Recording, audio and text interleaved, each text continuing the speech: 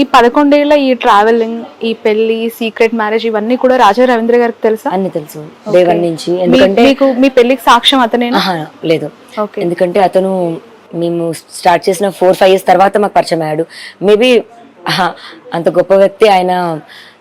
మరి కలపాలి కపుల్, మరి ఆయన కూతురికే ఇలా జరిగితే సేమ్ ఇదే చేస్తాడేమో, ఫోన్లు స్విచ్ ఆఫ్ చేసేసి. లావణ్య చాలా ఎమోషనల్ గా కనిపిస్తున్నారు. అవును, ఎందుకంటే నా లైఫ్ నేను ముందుకెళ్ళి బతుకుతున్న టైంకి కూడా రాజా రవీంద్ర గారు నన్ను తిరిగి వెనక్కి రమ్మన్నారు. నేను మళ్ళీ సరే నా కాలం మీద నేను నిలబడతానులే అని నేను వెళ్ళిపోయాను 2021లో. తిరిగి నన్ను వెనక్కి రమ్మని. ఎందుకు వెళ్ళిపోయారు? అప్పుడు ఎందుకు వెళ్ళిపోయారు? ఇంకా అవుతుంటాయి కదా ఇష్యూస్, కొంచెం అలాగే ఇష్యూస్. నాకు కొంచెం సెల్ఫ్ రెస్పెక్ట్ లాగా కూడా అనిపించింది. మేబీ నేను డిపెండెంట్ అవ్వడం వల్ల చులకన అయ్యానేమో, నాది నేను చూసుకుందాము అన్న థాట్లోనే నేను వెళ్ళాను. బట్ వెనక్కి పిలిచారు ఆయన. మరి అప్పుడు ఆ రోజు నన్ను పిలిచినప్పుడు నేను వచ్చాను అన్నమాట, కాదనకుండా. అప్పుడు తిరిగి వచ్చినప్పుడు కూడా మీకు పెళ్లి చేసుకోవాలి, ఈ ఇష్యూస్ జరుగుతున్నాయి కదా, ఒక ఒప్పందం జరగాలి, హిందూ మ్యారిటల్ లైఫ్ మనం మెయింటైన్ చేయాలని అనిపించలేదా మీకు? డెఫినెట్ గా అనిపించింది. కాకపోతే పెళ్లి అనుకున్న కాన్సెప్ట్ కూడా మనం పెట్టుకున్నదే కదా. ఆ పాయింట్ లో కూడా బాగానే ఉంది. మా రిలేషన్ కన్నదైతే ఏం ప్రాబ్లం అవ్వలేదు. సో లాక్డౌన్ 2 సంవత్సరాలు అయిపోయింది. దాని తర్వాత నేను సెటిల్ అయ్యాక చేసుకుందామనో ఇంకా హెల్త్ వచ్చింది, అది ఇంకా అంతే. ఓకే. మాల్వి మల్హోత్రాని మీరు కాల్ చేసి రిటర్న్ చేశారా? ఆవిడ మిమ్మల్ని కాల్ చేసి రిటర్న్ చేసిందా? ఈ అటు నుంచి ఇటు నుంచి అటు ఈక్వలెంట్ వైబ్రేషన్ ఏమీ లేకుండా నేను ఆమెను రిటర్న్ ఎందుకు చేస్తాను? ఫస్ట్ నేను మాట్లాడడం జరిగింది, వద్దు అని చెప్పడం జరిగింది. ఆమె ఏమీ లేదని అనేది నాకు స్లోగా కాల్ రికార్డ్స్ ఇవన్నీ దొరికేది. అసలు నేను మాట్లాడనే లేదు, ఎగ్జాంపుల్ నేను మాట్లాడనే లేదు అని అంటది. అతని ఫోన్లో ఇప్పుడు మాట్లాడుతున్నప్పుడు ఫోన్ మాట్లాడుతున్నాడు, వెంటనే తర్వాత నెంబర్ డిలీట్ చేయడము, అలా డౌట్ అలా వస్తుంటుంది స్లోగా. We can catch them, it. అట్లా దొరికేసేవాడు.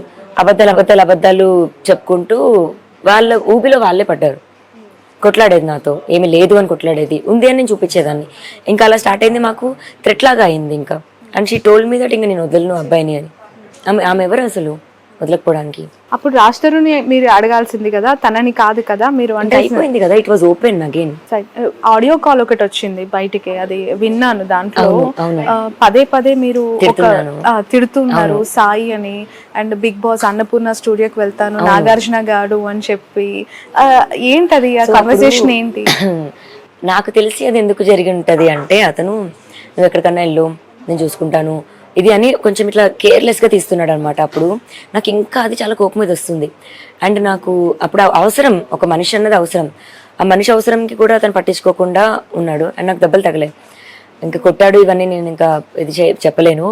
నా బ్లడ్ మాకు చూపించారు, నాకంతా బ్లడ్ ఇది అవుతుంది. ఎందుకు కొట్టారు అసలు రాజ్తరుణ్? గొడవ ఇంకంతా. సో పర్టికులర్గా ఈ రీజన్ అని ఇది కాదు, ఇష్యూస్ అవుతుండే మాకు. ఇంకా కొట్టేంత స్థాయిలోనా అయ్యాయి. బట్ ఏం జరిగినా ఇన్ని రోజులు చెప్పలేదు. ఇంకా తప్పకే ఈ సంవత్సరం బయటికి రావాల్సింది. అంటే ఈ సెప్టెంబర్ తర్వాత మ్యాన్ హ్యాండ్లింగ్ జరిగిందా మీ పైన? బిఫోరే జరిగిందా ఇష్యూ? బిఫోర్ లేదు, తర్వాతే జరిగింది. అంటే ఈ ఇష్యూతోనే అతను ఎప్పుడు నా మీద చేయలేకపోయాడు, ఎప్పుడు. ఓకే. ఇంకా నేనే కొట్టేదాన్ని అని. నాకంటే 6 months చిన్న కదా, నాకు కొంచెం హక్కుగా నేను ఎక్కువ తీసుకునేదాన్ని, కానీ వాడెప్పుడు కొట్టలేదు.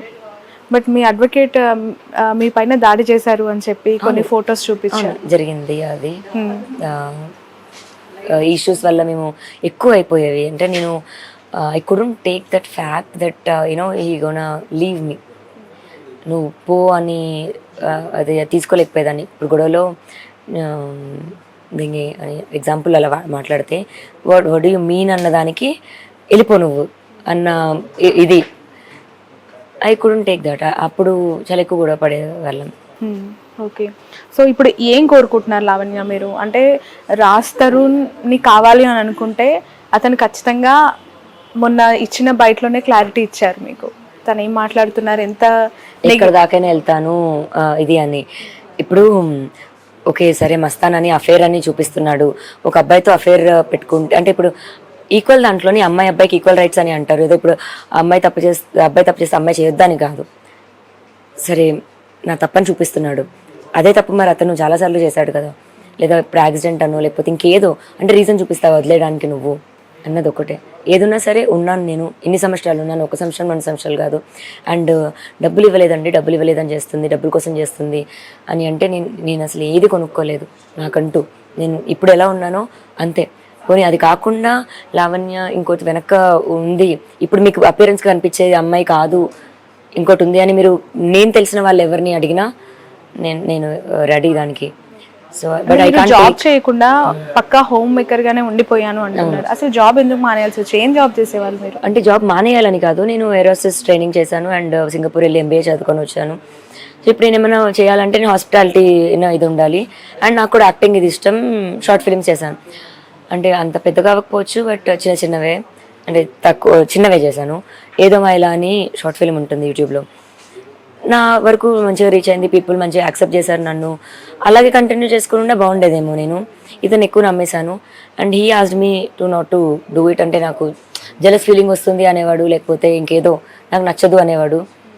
నేను సరే ఎందుకు గొడవ పడ్డాము ఫైన్ అని చెప్పి వదిలేశాను నిజంగా. బట్ అతను ఆ రోజు చెప్పుంటే 10 సంవత్సరాల తర్వాత నేను వదిలేస్తాను అని చెప్పుంటే డెఫినెట్గా కంటిన్యూ చేసుకునేదాన్ని. నాది నాకంటూ ఒక వే ఉండేది. ఇప్పుడు ఏది కాకుండా అయ్యాను, but I will get him back. So ఇప్పుడు రాజ్ తరుణ్ సెటిల్మెంట్ చేసుకోమని చెప్పి మిమ్మల్ని ఫోర్స్ చేస్తున్నట్టు కూడా తెలుసు. నాకు సెటిల్మెంట్ వద్దండి, నేను దానికోసం నేను చేయట్లేదు. మరి అందరికీ నెగిటివ్గా ఎందుకు వెళ్ళి నేను సెటిల్మెంట్ మనీ కోసం చేస్తున్నాను ఇదంతా అని ఎందుకు రీచ్ అవుతుందో నాకు తెలీదు. నాకు ఏం ఆఫర్ చేశారు అంటే ఇప్పుడు నేను డిపెండెంట్ అయ్యాను. ఇప్పుడు హౌస్ వైఫ్స్ అంటేనే ఇంకా డిపెండెంట్. అదే as I was not working, నాకు ఇంకా మనీ పే ఎక్కడి నుంచి వస్తుంది? He has to pay. ఇన్ని సంవత్సరాలు చేశాడు, మరి ఇవన్నీ గోస్ మరి నా పరిస్థితి ఏంటి అని అడుగుతాం. అప్పుడు దాంట్లోని హీ ఈజ్ లైక్ హౌస్ ఇస్తాను అండ్ 15 dogs and 4 cats ఉన్నాయి కాబట్టి వాటికి మెయింటెనెన్స్కి ఇస్తాను. బట్ అది కూడా మనం నలుగురిలో కూర్చొని మాట్లాడుకుంటేనే. అంటే ఆ కుక్కలు ఆ పిల్లలు కూడా మీరే చూసుకోవాలా? ఎందుకలా? అంటే అవి వాడు నాతో పాటు వాటిని కూడా అబాండన్ చేసేసాడు బికాజ్ మాల్వికి కుక్కలంటే నచ్చదంట. సో ఆ కుక్కల్ని చివరికి మీకు మిగిల్చి వాటికి పే చేస్తానని చెప్తున్నాను. ఓకే, ఎంతకాలం నుంచి కుక్కలు? డే 1 నుంచి ఉండేదా? మా లైఫ్ స్టార్ట్ అవ్వడం 2014 ఇలా మాది అయ్యిందో లేదో 3 నెలలకు అమ్మాయికి మరి కడుపు రావాలి, మరి తీసుకొచ్చి కుక్క పిల్లలు పెట్టాడు. అప్పటి నుంచి స్టార్ట్ అయిన కుక్క పిల్లలు. యా, ఎన్ని కుక్కలు ఉన్నాయి మొత్తం? 15 dogs and 4 cats. వాటన్నిటికీ మీరే మెయింటెనెన్స్ ఎవ్రీడే? నేను, తమ్ముడు అండ్ ఇంకొక అబ్బాయి ఉంటాడు వర్కర్, ముగ్గురం చేసుకుంటాం.